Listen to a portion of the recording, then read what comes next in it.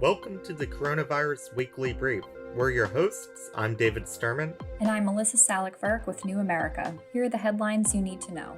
Over the weekend, Beijing closed Symphony Market, the city's largest fruit and vegetable market, and locked down neighboring housing districts as dozens of people connected to the market tested positive for coronavirus. The new infections have raised concerns across China for a resurgence, and Beijing is taking aggressive measures to slow the virus's spread. Local officials reported Saturday that of 500 samples and tests gathered from the market, the 45 people who tested positive did not show symptoms.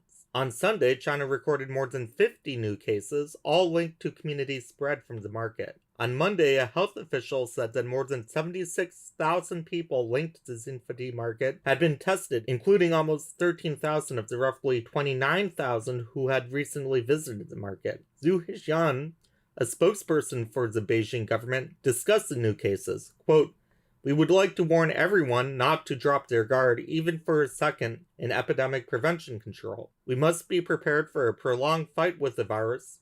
We have to stay alert to the risks of imported cases and to the fact that epidemic control in our city is complicated and serious and will be here for a long time," unquote. The new cases resulted in China reporting its highest daily increase in coronavirus cases in 2 months. The new numbers also included China's first locally transmitted cases in almost 2 months.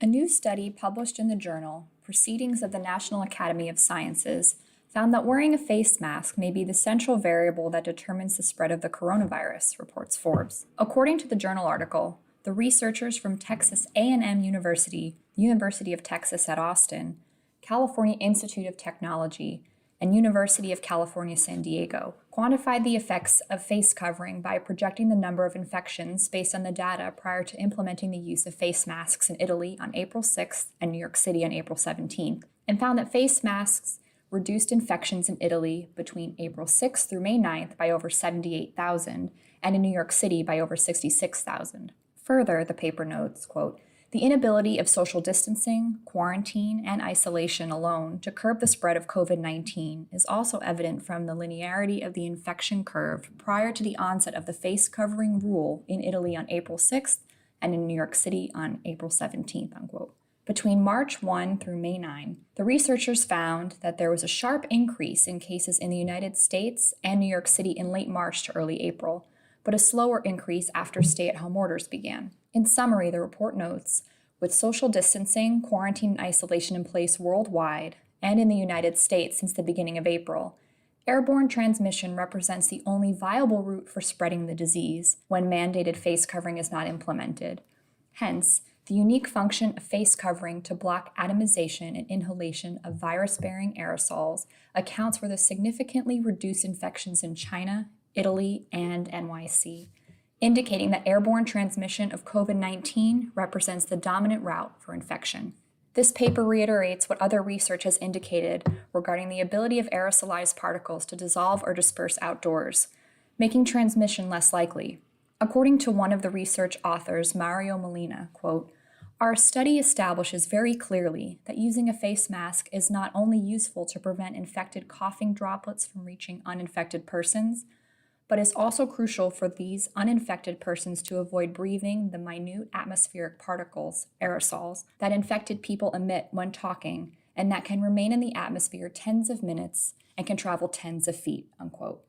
Black and other minority communities are likely to face a new crisis as the federal moratorium on evictions promulgated in response to the pandemic is set to expire on July 31st, reports Politico. While the expiration will have broad effects, it will hit Blacks and Latinos particularly hard as they are about 2 times as likely to rent as whites. As for the number of people facing eviction, the Department of Housing and Urban Development stated that it does not have those numbers available. Many people will not be able to afford rent and thus face eviction once the moratorium lifts as a result of the spike in unemployment due to the virus, a spike that has also disproportionately affected minority communities. U.S. states continue to grapple with managing rising coronavirus cases while reopening their economies. The U.S. Centers for Disease Control and Prevention released a new set of state coronavirus forecasts on Friday, indicating several states will have new mortality numbers that will, quote, "likely exceed the number reported over the last 4 weeks," unquote. Those states include Arizona, Arkansas, Hawaii, North Carolina, Utah, and Vermont. According to Harvard University professor of global health, Dr. Ashish Jha, quote, "We really never quite finished the first wave," unquote, adding, quote, "and it doesn't look like we're going to anytime soon," unquote. The peak of new coronavirus cases in the United States hit an average of close to 31,000 on April 10th. The current daily count of new cases is close to 22,000 and has hovered around this number since the middle of May. Still, more than 800 Americans die each day due to COVID-19, reports NPR. Further, NPR notes that additional deaths by October 1st could range between 56,000 to 90,000, according to two estimates. The CDC began releasing some coronavirus case and death estimates in April by a model created by Youyang Gu, an independent researcher. Gu's model projects that by October 1st, total U.S. deaths due to COVID-19 could be 198,560. The University of Washington Institute for Health Metrics and Evaluation, IHME, model projects 169,890 deaths by October 1st. The IHME model was often used as a reference during the White House coronavirus task force briefings. Part of the United States problem is the reproduction number, or R value, of the virus. The R value identifies the average of how many people an individual can spread the virus to once infected. Any value above 1 can lead to exponential growth, writes Reuters. If only half of a given population wore a mask, the R value would be less than 1. NPR notes that if the R value is higher, such as 2, quote, then one person goes on to infect 2 others. Those 2 people go on to infect 4 others. Those 4 go on to infect 8, then 16, and so on. If you assume, say, a 6-day interval between each new round of infections, in just over a month, that one initial person will have launched a chain that has infected 127 people, unquote.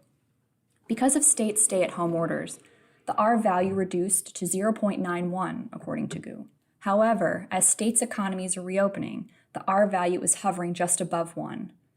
According to IHME head Chris Murray, quote, "We start to see a powerful increase that will be driven by seasonality starting in early September, and these numbers will intensify through till February," unquote. Deaths from the coronavirus will likely decrease in the hot summer months of June and July, stay constant in August, and then rise sharply in September, reports CNN. As we have covered in previous daily briefs, lockdown orders in the United States prompted debates over access to abortion services and whether abortion constituted an essential service or could be restricted as some Republican-led states sought to do. These tensions, however, are not restricted to the United States, as explored in a Sunday New York Times report. In Poland, for example, abortion is illegal under most circumstances, but many Polish women would leave for other European countries to seek an abortion, a method that became impossible as borders closed to prevent the pandemic spread. Meanwhile, even where abortion is legal in Europe, many countries did not categorize it as an essential service. Among those countries were Germany, Austria, Romania, Croatia, and Slovakia. Yet other European countries saw loosened restrictions. The Times reports, quote, France, Ireland, and England, Scotland, and Wales and Britain all loosened restrictions and permitted at-home abortions, with medication administered by prescription and the guidance of a medical professional over the phone or online. In the New Delhi region, 500 train carriages, 40 hotels, and 77 banquet halls will be converted into makeshift hospitals for COVID-19 patients. Over the weekend, Home Minister Amit Shah met with Delhi's Chief Minister Arvind Kejriwal to discuss the pandemic, particularly in the New Delhi area, and announced plans to use 500 train cars for hospital beds. This will increase the number of available beds in the Delhi area to 8,000, reports Reuters. In addition, the Delhi government will use, quote, 40 hotels and 77 banquet halls as makeshift hospitals, unquote, reports the BBC. At least 9,195 Indians have died from COVID-19, according to Johns Hopkins University data. And India has at least 320,922 confirmed coronavirus cases, reports the BBC, and its daily count of new cases is nearly 12,000. According to the Hindustan Times, Delhi's case count is now 41,182, increasing by 2,224 new cases, which is, quote, highest ever single-day spike so far, unquote.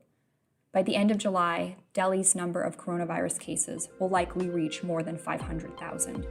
To see our daily brief, go to the address in our show notes and follow us on Twitter @NewAmericaISP. And tune in next Monday for our next episode.